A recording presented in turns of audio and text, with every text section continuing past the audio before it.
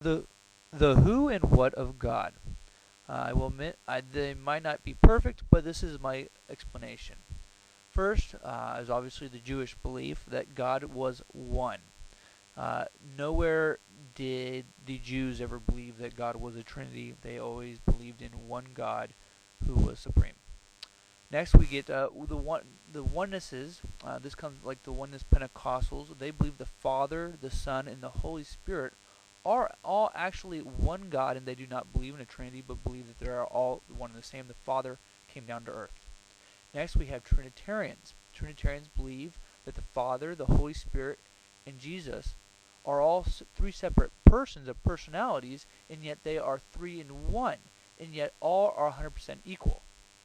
Now, the interesting part is if you read through the Bible, it clearly states that Jesus sees the Father above himself.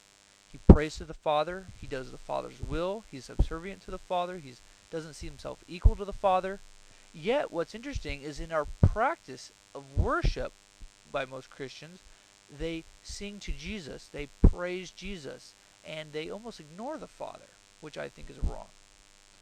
Um, Next, we look at there's also throughout history there are many other pagan trinities that have a father, a son, and a mother.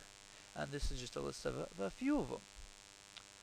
Next, obviously, is the New Age belief where they kind of ignore God and say, hey, wait a second, God is in all of us. And they have this thing about spiritual self-reflection and self-spirituality and that we are gods and we can do anything. Next is the Mormon view. They believe the Father was actually a physical being, and they believe the Son is actually a physical being, and Satan is his brother, and that Joseph Smith was a descendant of Jesus, and that we can also become gods like Joseph Smith and Jesus and the Father Elohim. Next is Jehovah Witnesses. Now, I don't know as much about them, but as far as my understanding is they believe that Jesus was originally the archangel Michael, and then he came down to earth on behalf of God the Father. Next is Muslims, and they call God Allah. Now, they do believe in Jesus, but they believe he was a prophet, just like other prophets, like such as Isaiah. Now, they believe Muhammad is the greatest of prophets and brought the Quran.